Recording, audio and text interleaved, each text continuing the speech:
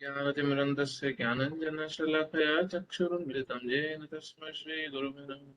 श्रीचैतन्यमनोभीष्टं स्थापितं येन भूतले स्वयं रूप कथं मह्यं ददाति स्वपदान्तिकम्। हे कृष्ण करुणा सिन्धु दीनबन्धु जगत्पते गोपेश गोपिकान्त राधाकान्त नमस्तुते। तप्त कांचन गौरांगी राधे वृंदावनेश्वरी वृषभानुसुते देवी प्रणमामि हरिप्रिये। वाञ्छाकल्पतरुभ्यश्च कृपा सिन्धुभ्येव च पतितनाम पावनेभ्यो वैष्णवेभ्यो नमो नमः। श्रीकृष्ण चैतन्य प्रभु नित्यानंद श्री अद्वैत गदाधर श्रीवासादि गौर भक्त वृंदा हरे कृष्ण कृष्ण कृष्ण हरे हरे हरे राम राम राम हरे।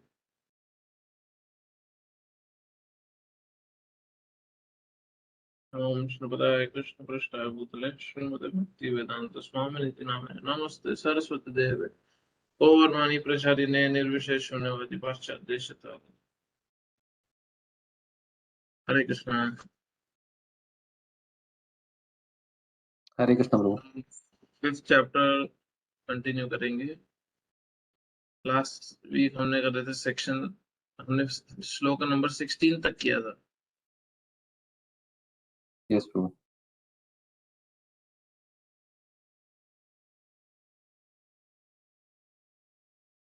इसमें हमने तीन प्रकार के कर्ता, तीन प्रकार के डूअर्स के बारे में डिस्कस किया था और निष्काम कर्मयोग किस प्रकार किया जाता है उस पर डिस्कस किया था।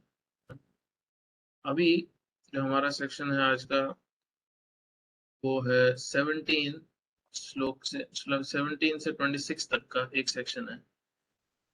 होपफुली कवर कर पाए क्योंकि वर्सेस अच्छे हैं, इनके परपोर्ट्स भी अच्छे हैं। विल ट्राई कि हम कवर कर पाएंगे।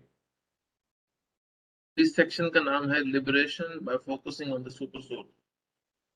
परमात्मा पे ध्यान लगाने से ही मुक्ति प्राप्त होती है। परमात्मा पे सिर्फ ध्यान लगाने से ही मुक्ति कैसे प्राप्त होती है।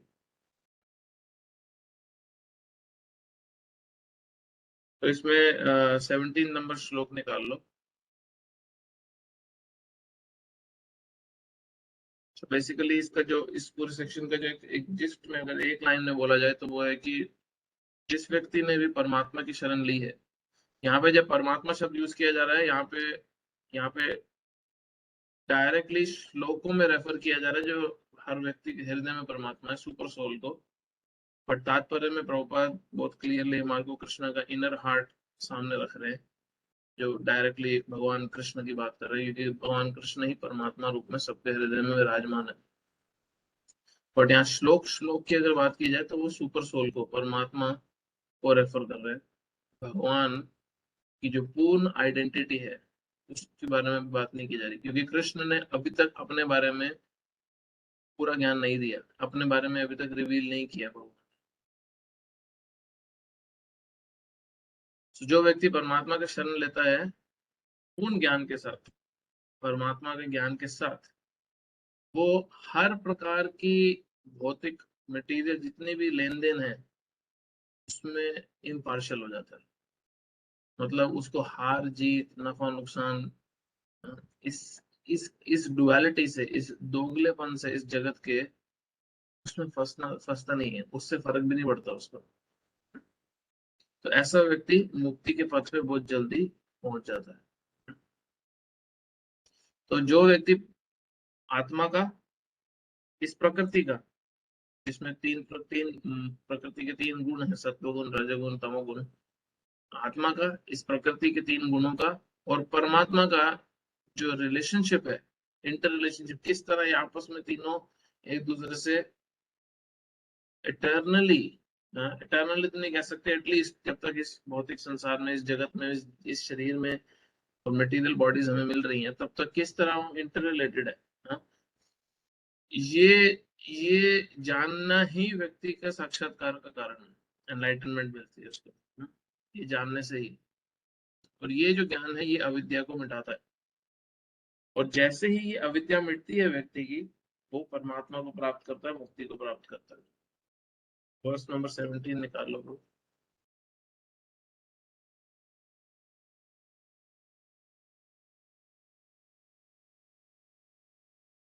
I'm sharing प्रभु, आ रहा है आपकी स्क्रीन पे? हाँ जी, हाँ जी।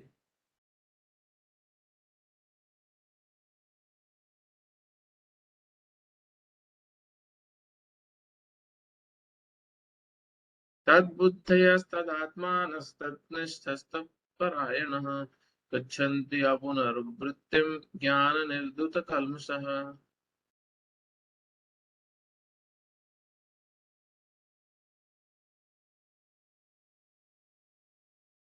पीछे करो। जब मन, बुद्धि, श्रद्धा तथा शरण सब कुछ भगवान में स्थिर हो जाते हैं, तभी वह पूर्ण ज्ञान द्वारा समस्त कल्मषों से शुद्ध होता है और मुक्ति के पथ पर अग्रसर होता है।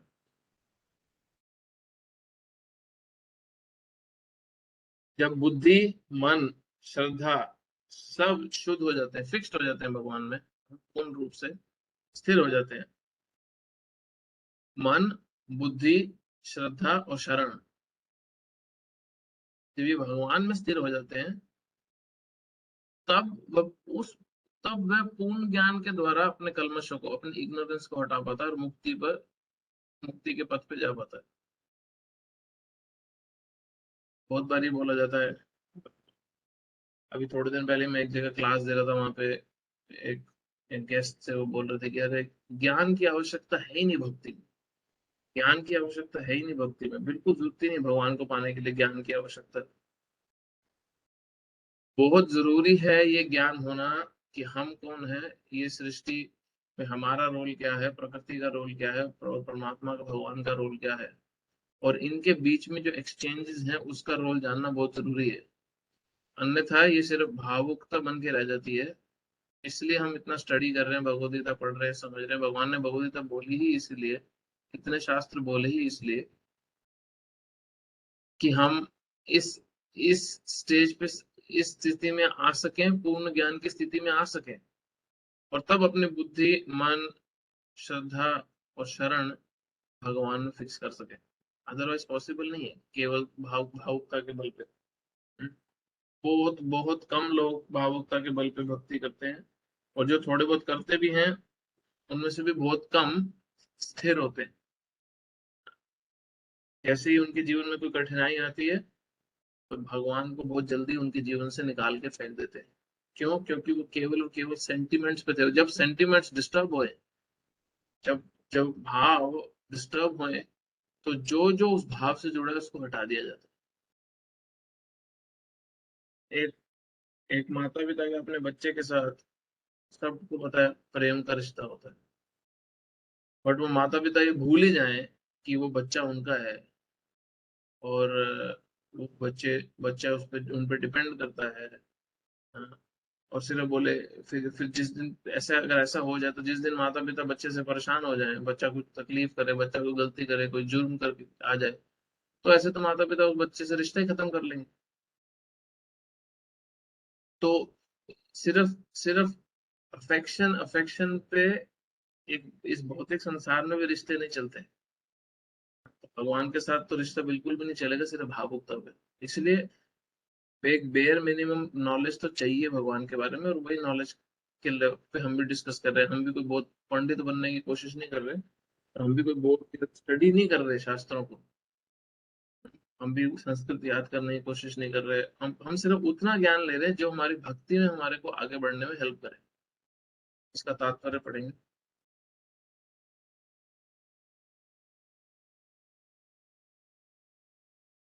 परम दिव्य सत्य भगवान कृष्ण ही है। सारी गीता इसी घोषणा पे पर केंद्रित है कि कृष्ण श्री भगवान है। यही समस्त वेदों का भी मत है। पर तत्व का अर्थ परम सत्य है, जो भगवान को ब्रह्म, परमात्मा तथा भगवान के रूप में जानने वाले द्वारा समझा जाता है। भगवान ही इस परम तत्व की परिभाषा है, उनसे बढ़कर कुछ भी नहीं है। भगवान कहते हैं मत परत्रम नान्य किंचित अस्ति धनंजय। अब ये जो भगवदगीता का श्लोक है, मत परत्रम नान्य किंचित अस्ति धनंजय, ये बहुत अच्छी रेफरेंसेस हैं। अगर हम किसी को गाइड कर रहे हैं, किसी को समझा रहे हैं कि कहाँ लिखा है कृष्ण परम भगवान है, तो ये भगवदगीता में भगवान खुद बोल रहे हैं, मतः परतरम नान्य, मुझसे ऊपर कुछ भी नहीं, किंचित अस्ति धनंजय। हाँ, कृष्ण निराकार ब्रह्म का भी अनुमोदन करते हैं, ब्राह्मणों की प्रतिष्ठा। अब भगवान बता रहे हैं कि जो ब्रह्म ज्योति है, जिसके प्रति बहुत से लोग आकर्षित हैं, वो भी मेरे पे ही स्थित है। ब्राह्मण ही प्रतिष्ठा, मेरे पे ही प्रतिष्ठित है। अतः सभी प्रकार से कृष्ण परम सत्य परम तत्व है। इनके मन बुद्धि श्रद्धा तथा शरण कृष्ण में है, अर्थात जो पूर्णतः कृष्ण भावना भावित है, उनके सारे कल्मश धुल जाते हैं और उन्हें ब्रह्म संबंधी प्रत्येक वस्तु का पूर्ण ज्ञान रहता है।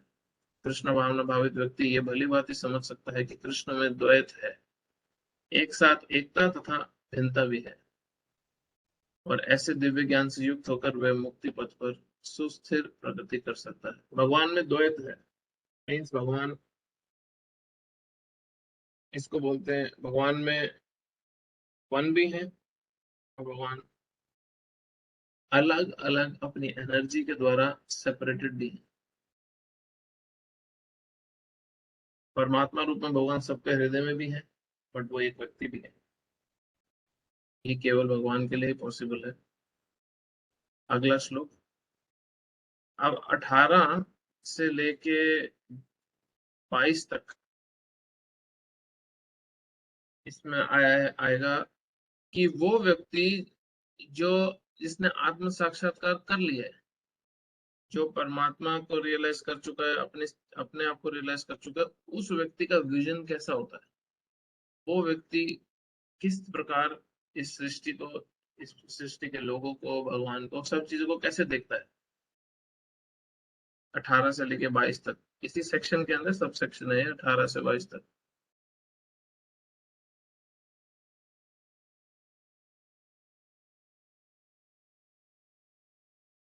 विद्या विनाय संपन्ने ब्राह्मणे गविहस्तिनि सुनी चैव स्वपाक्ये च पंडित समदर्शिना।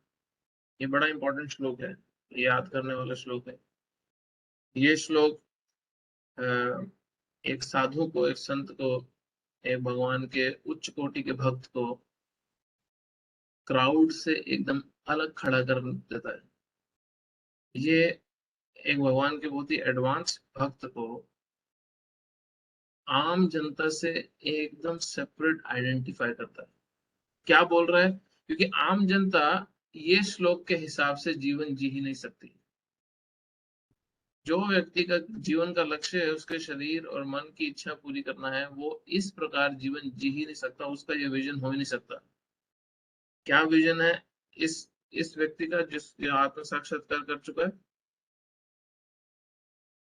विनम्र साधु पुरुष अपने वास्तविक ज्ञान के कारण एक विद्वान, पहला विद्वान तथा विनीत ब्राह्मण, गाय, हाथी, कुत्ता तथा चंडाल को समान दृष्टि समभाव से देखता है।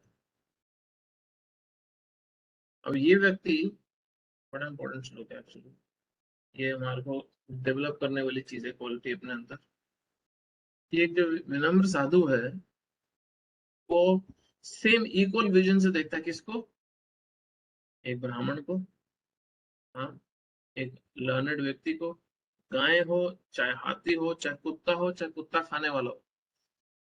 कुत्ता खाने का भले का प्रॉब्लम, मतलब क्या आवाज है? नहीं आ रही। बाकियों को आ रही? प्रभु जी, यस। मे भी आपका इंटरनेट का कनेक्शन देख लो एक बार।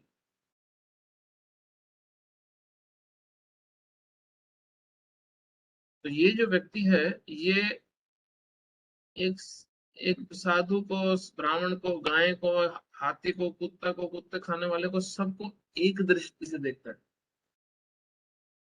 प्लीज याद रखना इसमें, ये जो साधु है ये सबको एक तरीके से ट्रीट नहीं करता, बट सबको एक दृष्टि से देखता है।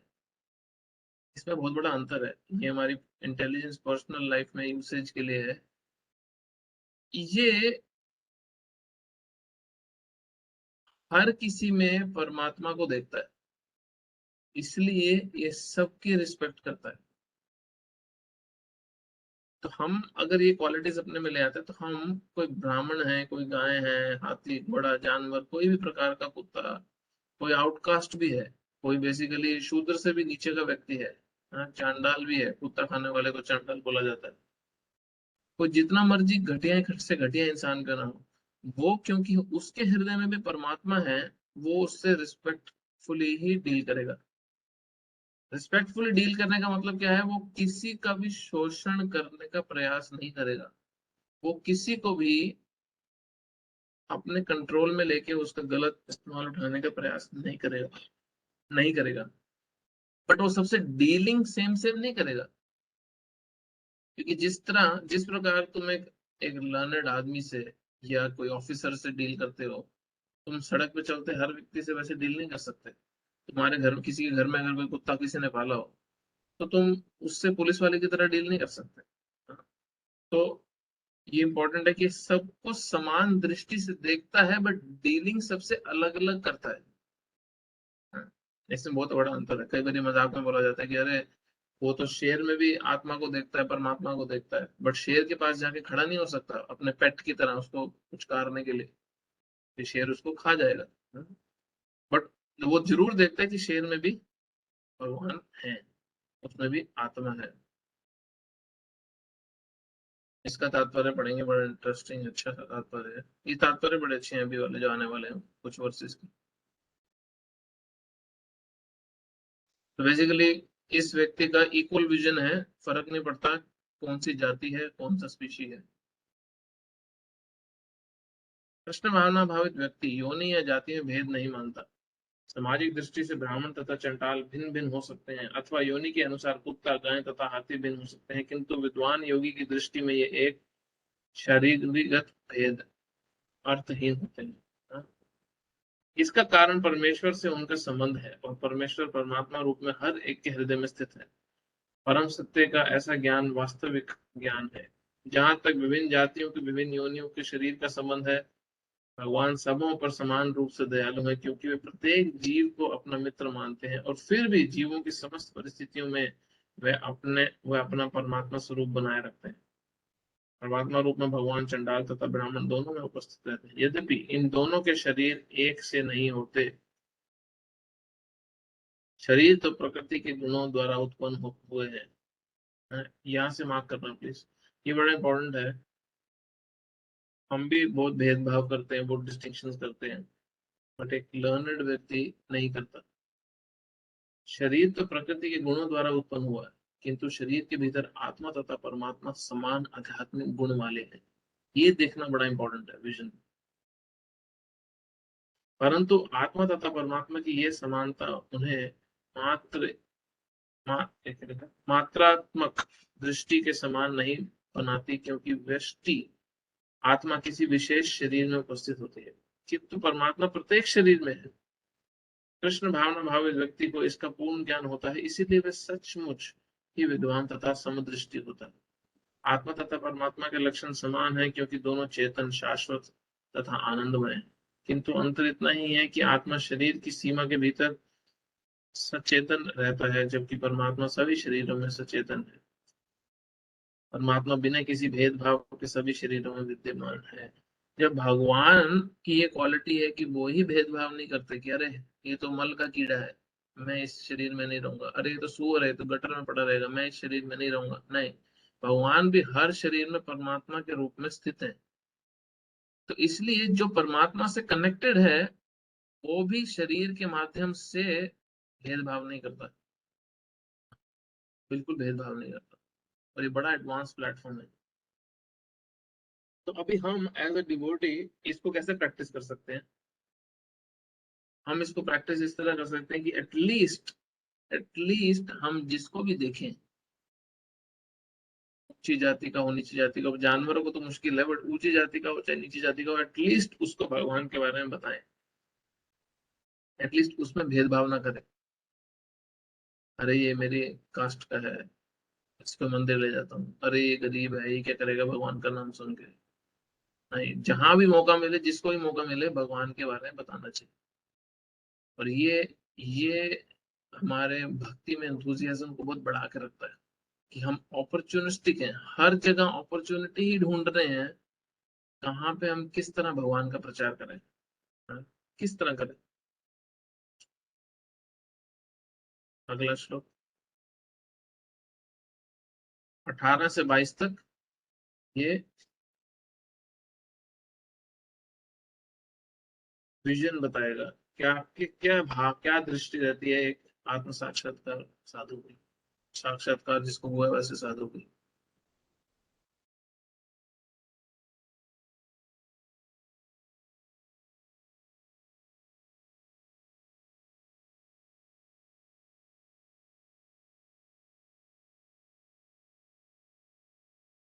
इहैव तैर्जिता सर्गो येषां सम्यसितं मनः निर्दोषं हि समं ब्रह्म तस्मात् ब्रह्मणि ते स्थितः।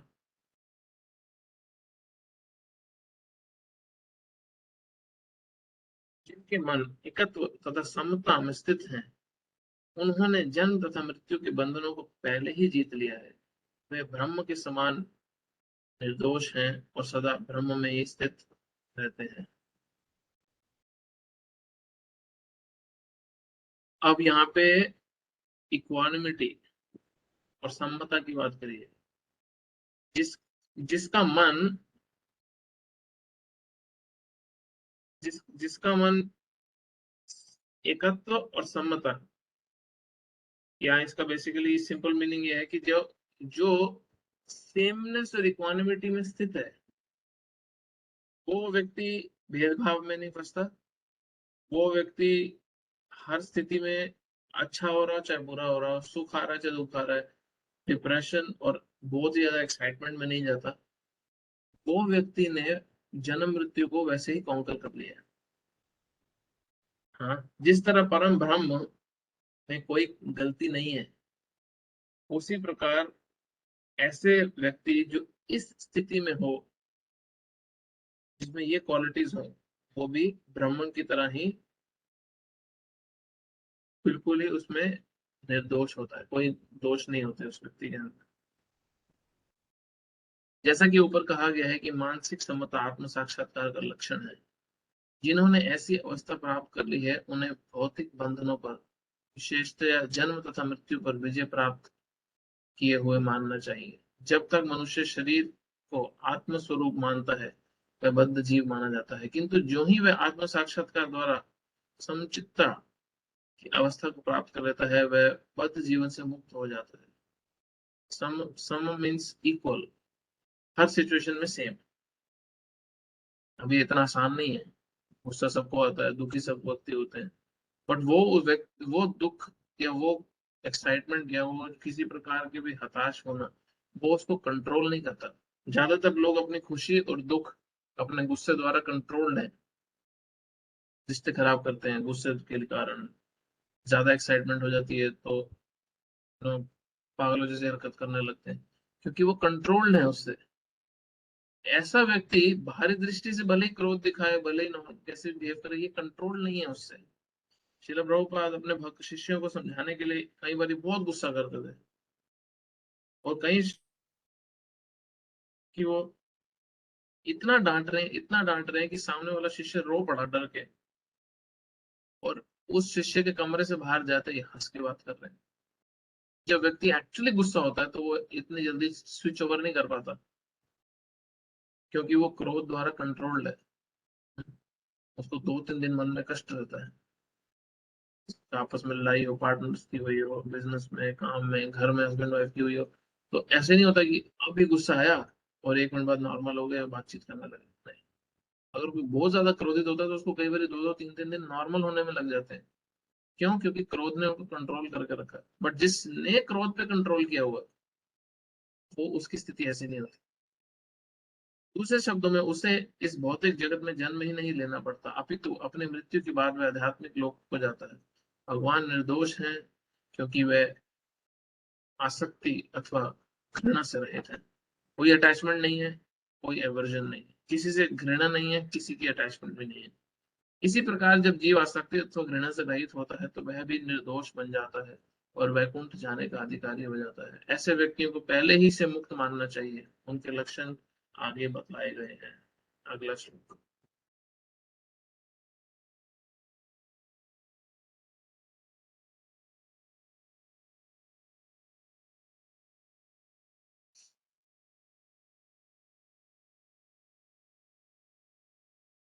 न प्रहर्षेत् प्रियं प्राप्य, नोद्विजेत् प्राप्य च प्रियम्। स्थिर बुद्धि सम्मूढ़ ब्रह्म विद ब्रह्मणि स्थितः।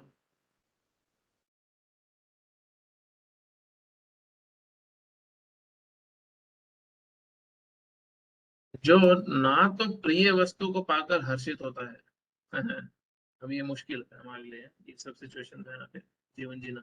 जो ना तो प्रिय वस्तु को पाकर हर्षित होता है, ना ही अप्रिय को पाकर विचलित होता है, जो स्थिर बुद्धि है, जो मोह रहित है और भागवत, ठीक है, भगवत भगवता भगवत भगवत विद्या। विद्या को, भगवत विद्या को जानने वाला है, वह पहले से ही ब्रह्म में स्थित रहता है। अभी है कि नहीं मुश्किल सिचुएशन? ऐसा ऐसा ऐसा बिहेवियर आसान नहीं है। जो चीज हमें बड़ी पसंद है वो अचानक से मिल जाए तो एक्साइटेड नहीं होना, जो चीज बिल्कुल पसंद नहीं है वो मिल जाए। बीमारी किसी को पसंद नहीं होती, अब बीमारी आ गई तो दुखी नहीं होना, विचलित नहीं होना, डिस्टर्ब नहीं हो जाना। प्रॉफिट सबको चाहिए होता है, बट बिजनेस फेल हो गया, जॉब चली गई, तो विचलित नहीं हो जाना। अचानक से बहुत बड़ा प्रॉफिट आ गया तो आउट ऑफ कंट्रोल एक्साइटमेंट हो जाती है, क्योंकि हर किसी को वो चाहिए। जो स्थिर बुद्धि है, मोह रहित है और भगवत विद्या को जानने वाला है, वह पहले से ही ब्रह्म में स्थित रहता है।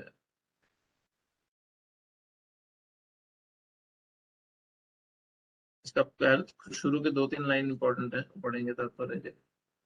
यहाँ पर स्वरूप सिद्ध व्यक्ति के लक्षण दिए गए। स्वरूप सिद्ध व्यक्ति का क्या मतलब है? जो जिसको अपने स्वरूप का, कि मैं शरीर नहीं आत्मा हूँ, भगवान का दास हूँ, उसका जो रिलेशनशिप है भगवान से, उसका रियलाइजेशन जिस व्यक्ति को हो गया, अपने स्वरूप की जिसने रियलाइज कर लिया, सिद्धि प्राप्त कर ली, वो स्वरूप सिद्ध होता है।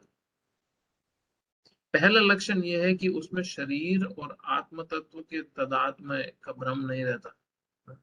उसमें कोई प्रकार की इल्यूजन नहीं है कि ये शरीर मैं हूं, किसी प्रकार की इल्यूजन नहीं है उसमें। वो आइडेंटिफाई ही नहीं करता इस बॉडी को कि मैं हूं। तब वो ऐसा व्यक्ति जब शीशे के सामने खड़ा होता है तो उसको समझता है कि मैं इस शरीर के भीतर हूं। हम शीशे के सामने जब खड़े होते हैं तो हमें हम दिखते हैं। एक सेल्फ रियलाइज सोल को जब वो शीशे के सामने खड़ा होता है तो उसको ये पैकेजिंग दिखती है। क्यों? क्योंकि वो कन्विंस्ड है और उसको रियलाइजेशन है।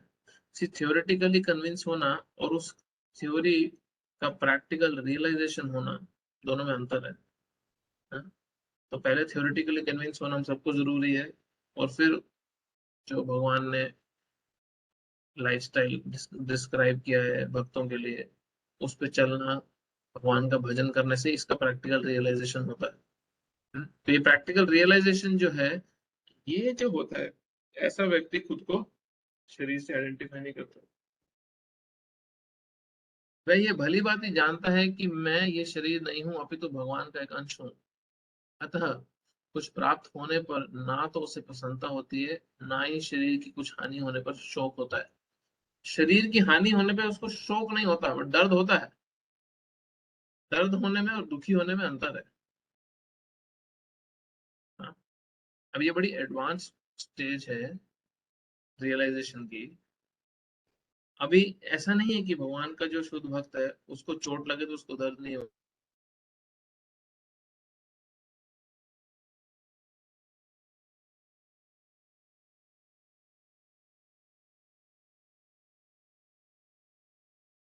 की गाड़ी है।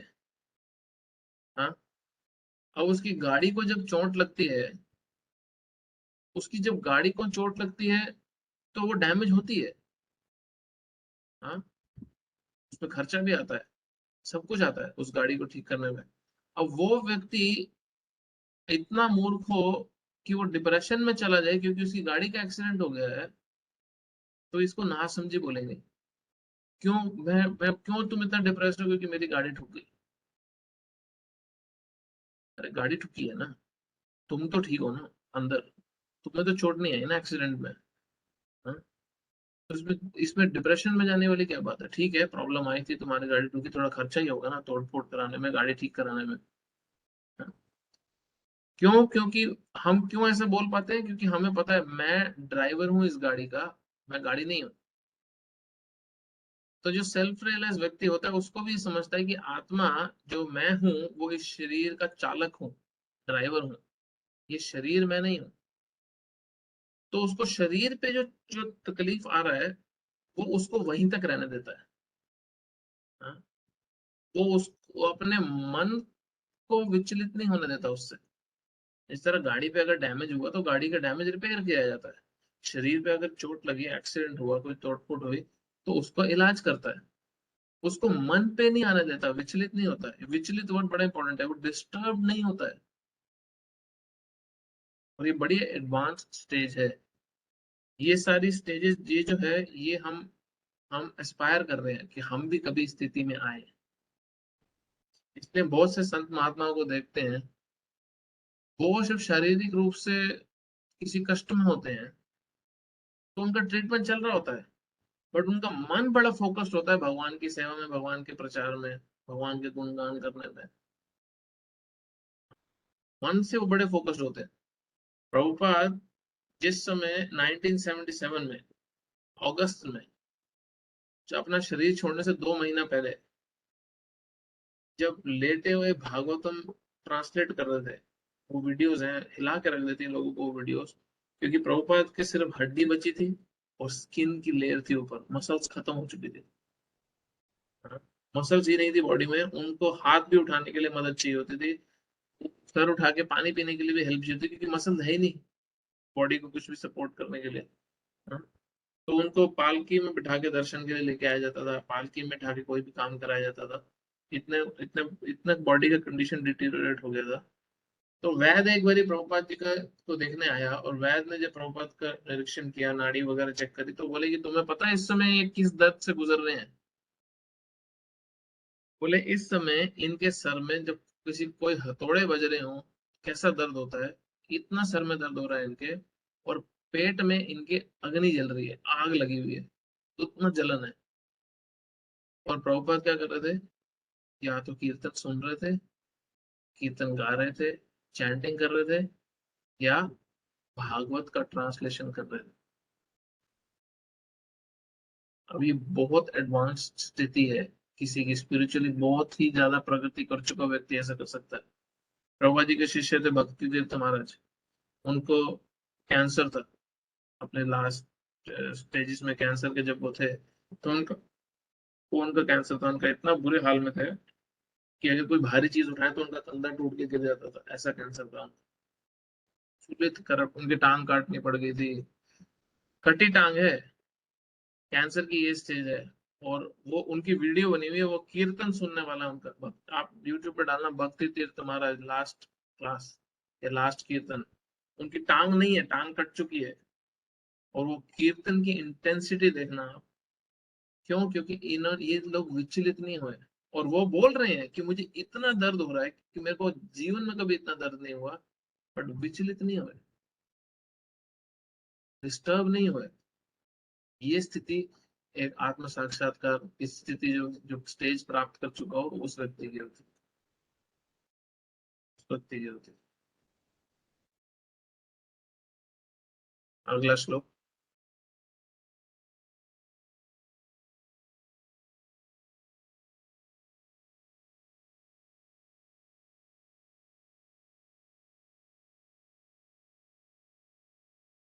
बाह्य स्पर्शेषु सत्तात्मा विन्दति आत्मनि यत् सुखम स ब्रह्म योग युक्तात्मा सुखम अक्षयम अश्नुते।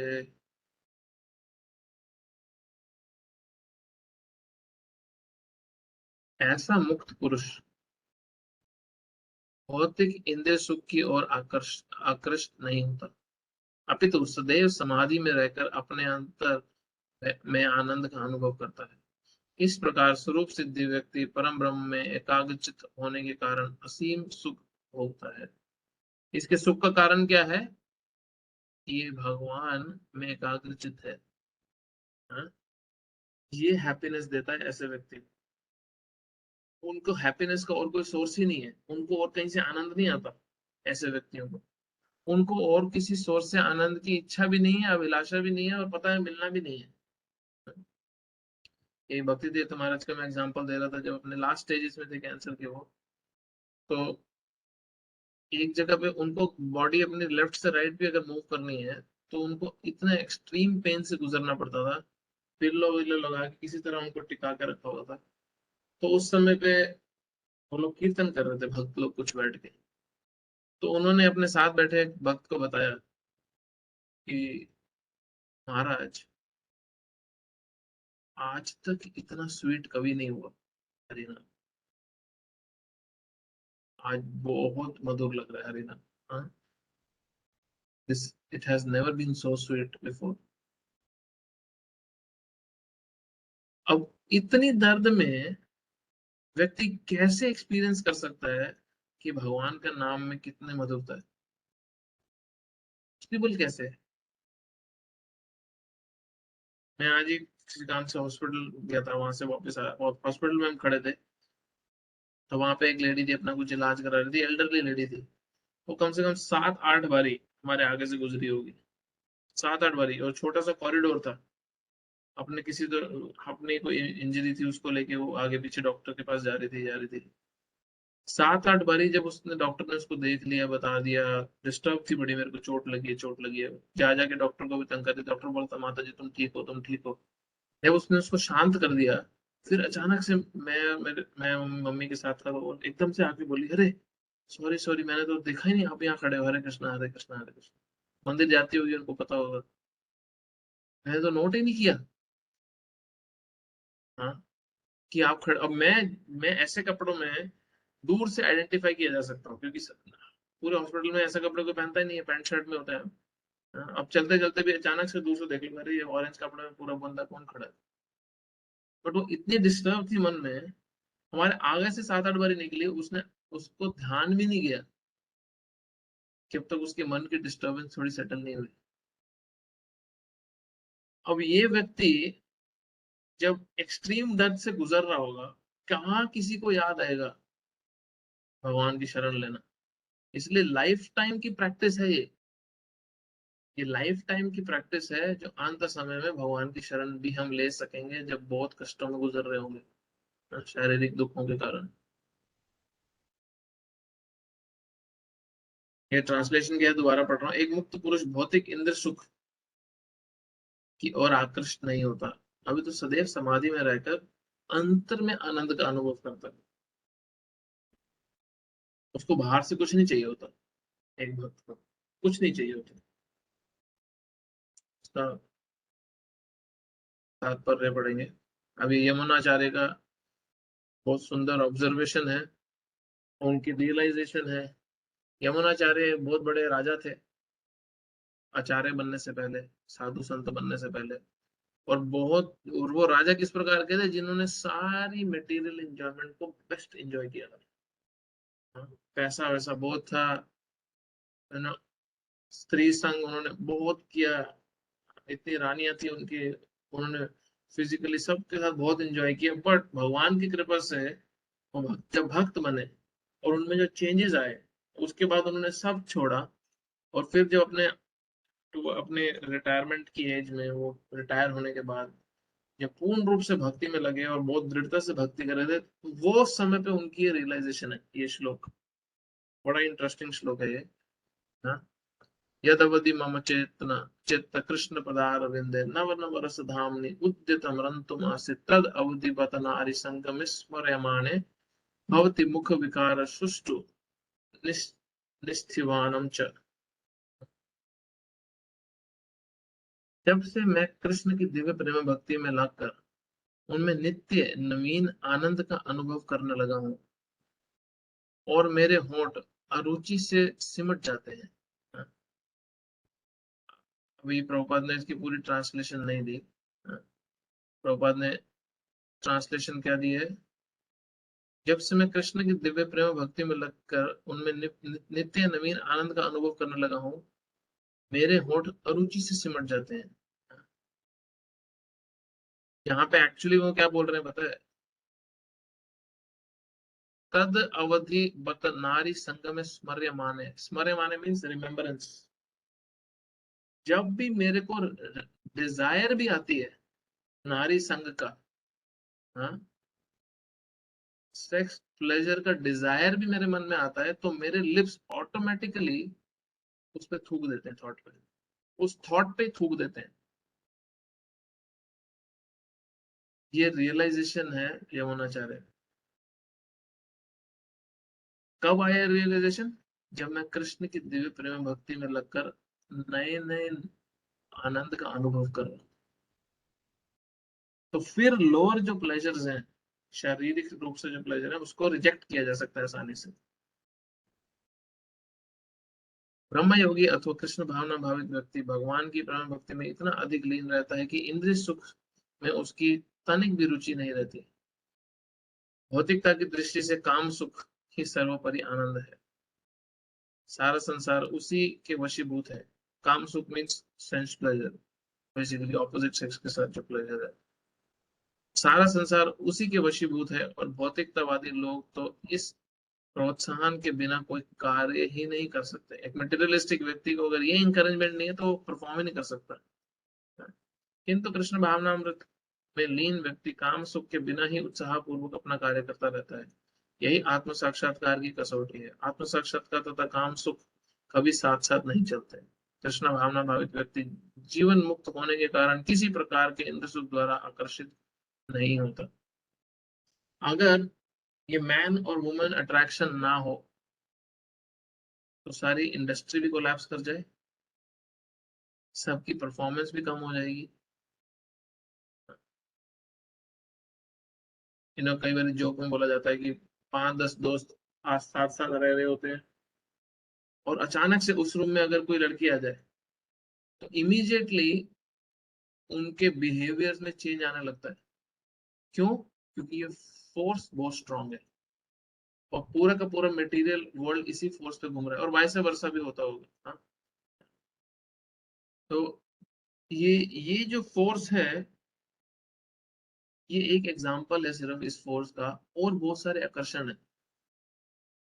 किसी को पैसे का लोभ है, किसी को पावर का लोभ है, हाँ, किसी को संपत्ति, किसी भी प्रकार के लोग हो सकते हैं। ये जो अट्रैक्शन है, मटेरियल अट्रैक्शन है, ये व्यक्ति ऑटोमेटिकली छोड़ने लगता है। किसी को क्लासेस देने की जरूरत नहीं पड़ती इसके ऊपर, ऑटोमेटिकली लगता है जब उसको हायर टेस्ट आने लगता है लाइफ में। और हम सब के अपने अपने एक्सपीरियंस होंगे। इस प्रकार जिस चीज के पीछे बहुत पागलों जैसे भागते थे, अभी बहुत कम हो गया। किसी के ज्यादा एक्सपीरियंस है, किसी के कम एक्सपीरियंस होंगे। इस सेक्शन का आखिरी श्लोक, अ, जो एक आत्म साक्षात व्यक्ति का क्या विजन होता है, वो जो सब सेक्शन है उसका आखिरी श्लोक है।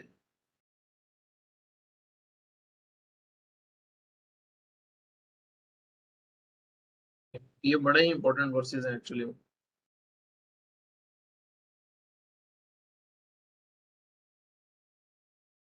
ये ही संस्पर्श जा भोग दुख योनैव एव ते आदि अंतवंत कौन्तेय नाते सुरमते बुधा।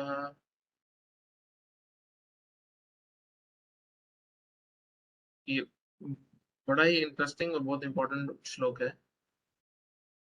बुद्धिमान मनुष्य दुख के कारण में भाग नहीं लेता जो कि भौतिक इंद्रियों के संसर्ग से उत्पन्न होते हैं। दोबारा बोल रहा हूँ, इंटेलिजेंट व्यक्ति कभी भी दुख के जो कारण है, जिन कारणों से दुख होता है, उसमें पार्टिसिपेट नहीं करता। जो सेंसेस के, इंद्रियों के बेसिकली, जो सेंसेस के कांटेक्ट में आने से जो जो डिजायर, जो दुख उत्पन्न होते हैं, उसमें पार्टिसिपेट नहीं करता इंटेलिजेंट व्यक्ति। क्यों नहीं करता है कुंती पुत्र? ऐसे भोगों का आदि बिगिनिंग भी है तथा अंत भी होता है, अतः चतुर व्यक्ति उसमें आनंद नहीं लेता। सो जिस प्रकार की हैप्पीनेस की बिगिनिंग है और फिर उसका एंड भी आ जाता है, एक इंटेलिजेंट व्यक्ति इस प्रकार की हैप्पीनेस में पार्टिसिपेट करना पसंद नहीं करता। वो किस प्रकार की हैप्पीनेस में पार्टिसिपेट करता है? एटर्नल हैप्पीनेस में, जिसका कोई बिगिनिंग नहीं है, कोई एंड नहीं है। आप, कोई व्यक्ति पैसे के लोभ में है, तो एक समय में पैसा नहीं था, लोभ के कारण जो भी उसको पैसा आया वो थोड़े समय बाद चला जाएगा, या तो उसकी पैसा चोरी हो जाएगा, खर्च हो जाएगा, संपत्ति किसी तरह से कोई भी प्रकार से खराब हो जाएगी, बिजनेस खराब खत्म हो जाएगा। अगर कुछ भी नहीं खत्म हुआ, पैसा उतना ही है या बढ़ रहा है, वो व्यक्ति खत्म हो जाएगा और फिर अगले जन्म में उस पैसे को एंजॉय नहीं कर सकेगा। Same with any type of relationship, same goes with any प्रकार, किसी भी प्रकार की मटेरियल डिजायर, उसका आदि भी है, बिगनिंग भी है, अंत भी है। इसलिए एक व्यक्ति इस जीवन में ड्यूटी करने के लिए जीता है, अपनी जिम्मेदारी निभाने के लिए इस जीवन में जीता है, बट इसमें से आनंद नहीं खोजता है। हाँ? लास्ट लाइन देखो इसकी ट्रांसलेशन की, अतः चतुर व्यक्ति उनमें आनंद नहीं लेता।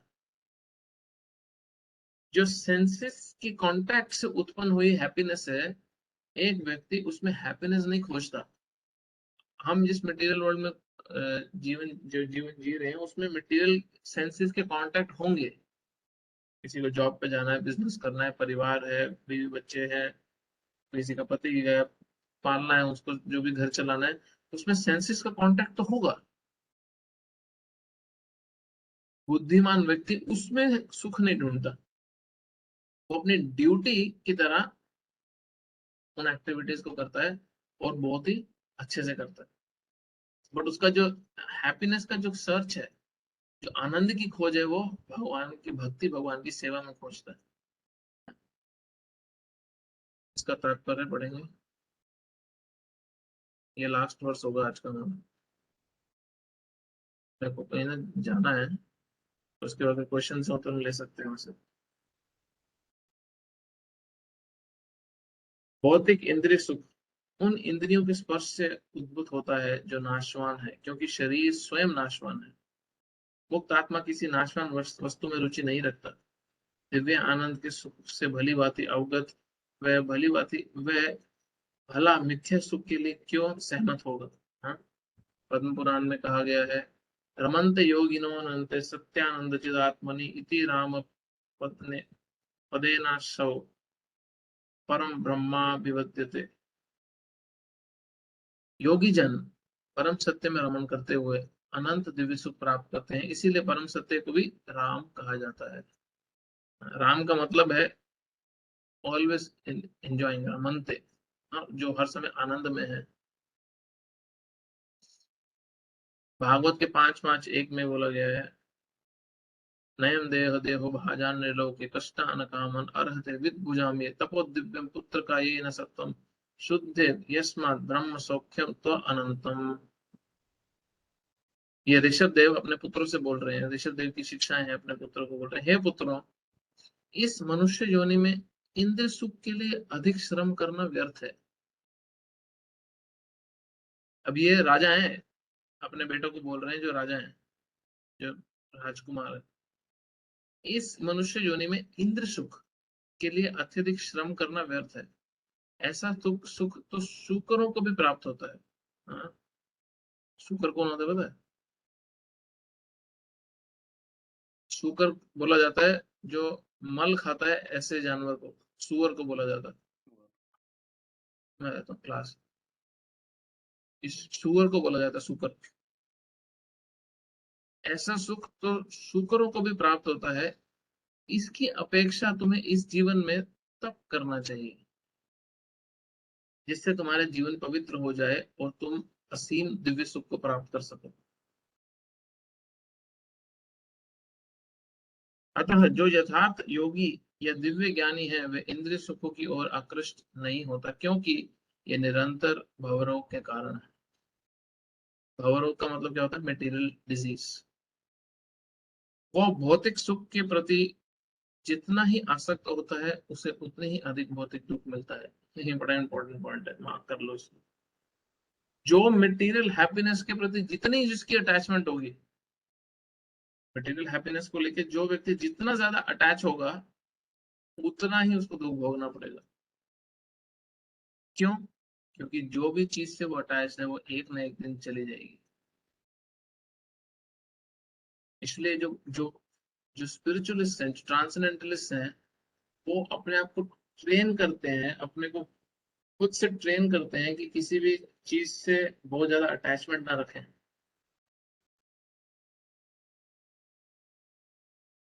क्यों? क्योंकि जब वो चली जाएगी तो बड़ा दुख होगा, या वो रिश्ते जब हमारे हिसाब से बिहेव नहीं करेंगे तो भी बड़ा दुख होगा। बट अगर तुम अटैच ही नहीं हो तो तुम मेंटल नहीं होगे, ना ही उन रिश्तों के खत्म होने पे, ना ही उन रिश्तों को तुम्हारे हिसाब से, तुम्हारे को तुम्हारे हिसाब से ना चलने पे। अब इसका मतलब ये नहीं है कि हम कोल्ड हार्टेड हो जाएं, हार्ड हार्टेड हो जाएं, बिल्कुल भी ये मतलब नहीं है इसका। इसका मतलब ये है कि उसमें हैप्पीनेस अगर नहीं खोजें तो इसमें हमारा ही भला है। कैसे बोले यार, कोई अपने माता पिता अपने बच्चे के साथ है तो उसमें तो बहुत सुख आता है, बच्चे के साथ खेलने कूदने सब में। हाँ, इसलिए वर्णाश्रम सिस्टम बना ही इस प्रकार से है कि कोई व्यक्ति अपना जीवन डिजाइन ही इस तरह करे कि वो ग्रेजुअली ग्रेजुअली धीरे धीरे धीरे धीरे इस स्थिति तक पहुंच जाए अपना शरीर छोड़ने के वक्त।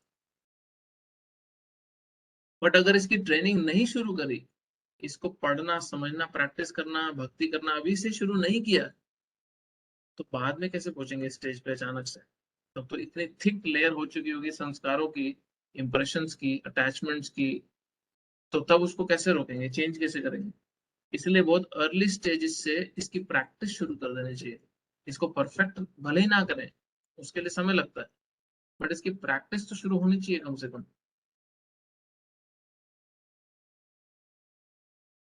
इसलिए कोल्ड हार्टेड नहीं होना रिलेशनशिप में, ठंडे एकदम, फर्क नहीं पड़ता, हाँ मर रही है मर, हाँ मर रहा है मर, नहीं, वो मतलब नहीं है इसका। वो तो रिलेशनशिप उन्हें बेस्ट निभाना ही चाहिए, बट विद इन ये खुद को रिमाइंडर देता जाना चाहिए, देता जाना चाहिए, ये स्टडी एजुकेशन बड़ी इंपॉर्टेंट है, इसकी प्रैक्टिस बड़ी इंपॉर्टेंट है। ये तो हम उस स्टेज में कर रहे हैं जब सब कुछ ठीक चलेगा और संसार बिल्कुल नॉर्मल चलेगा और सब अपने अपने समय से मृत्यु को प्राप्त करेंगे। उससे पहले कुछ हो गया तो उसके लिए तो प्रिपेयर्ड ही नहीं है हम, बिल्कुल प्रिपेयर्ड नहीं है। Very important. इसलिए जिम्मेदारी, ड्यूटीज, इसमें पीछे नहीं हटना, और ग्रेजुअली ग्रेजुअली इस नॉलेज को परफेक्ट करना। ठीक है, तो हमारा जो लास्ट पार्ट है 23 से 29, उसमें कुछ लोग ऐसे हैं जो भगवद गीता के, पूरी भगवद गीता के सबसे इंपॉर्टेंट श्लोक, स्पेशली 29 नंबर श्लोक जो है, वो हम तसल्ली से करेंगे। नेक्स्ट मेरे को था आज खत्म करते हैं क्लास, बट मैंने जब देखा कि ये बड़े अच्छे वर्सेस हैं, इसके तात्पर्य बड़े इंपॉर्टेंट है, प्रैक्टिकल है बहुत ज्यादा, पता है ना, थॉट कि हम भागेंगे नहीं, इसको प्रॉपरली करते हैं। तो ये एक सेक्शन हमारा, सब सेक्शन खत्म हुआ 22 तक। अब 23 से 26 तक तो वही सेक्शन कंटिन्यू हो रहा है, उसके बाद 29 तक का चैप्टर है ये। नेक्स्ट वीक हम ये खत्म कर लेंगे, फिर हमारा 6 चैप्टर बचा। हरे कृष्णा। कोई क्वेश्चन है किसी का? कृष्णा प्रभु जी। Yes madam.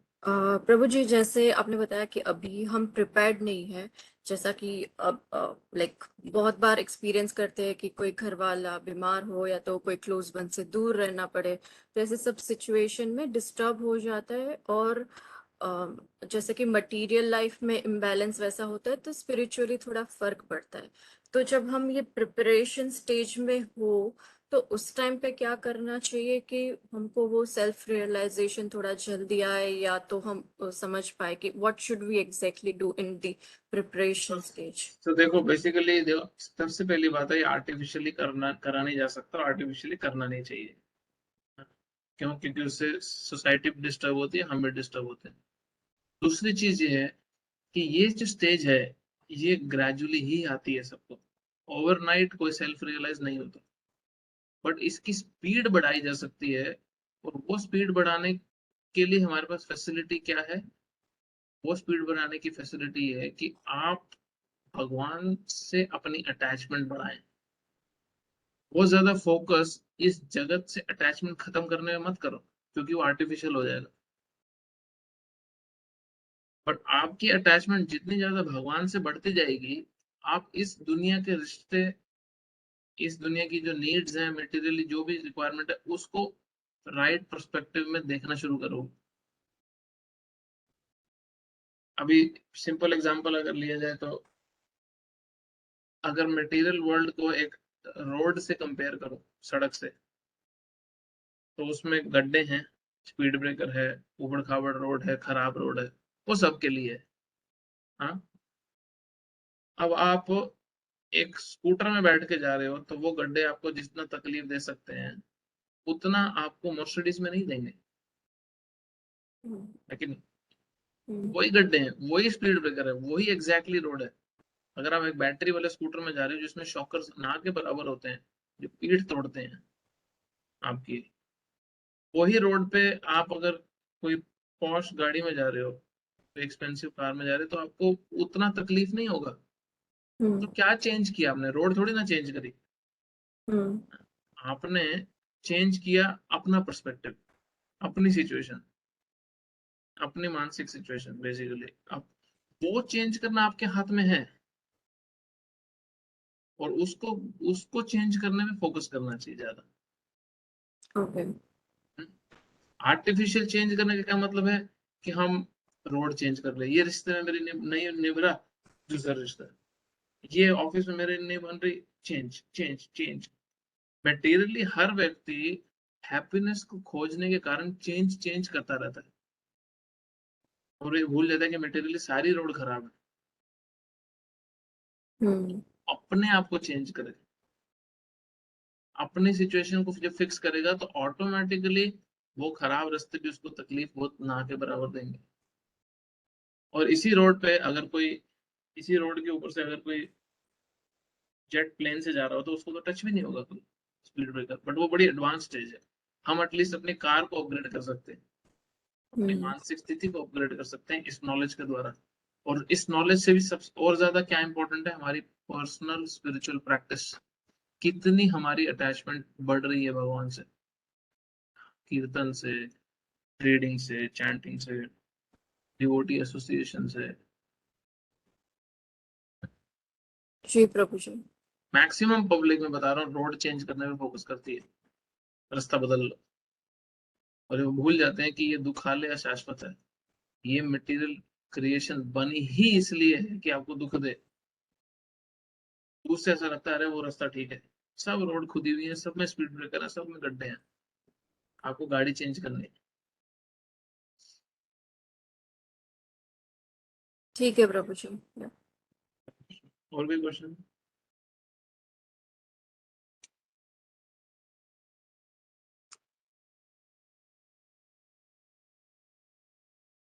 ठीक है, ग्रंथराज में भगवत गीता की जय, श्रील प्रभुपाद की जय, हरे कृष्ण। हरे कृष्ण प्रभु, थैंक यू। हरे कृष्ण।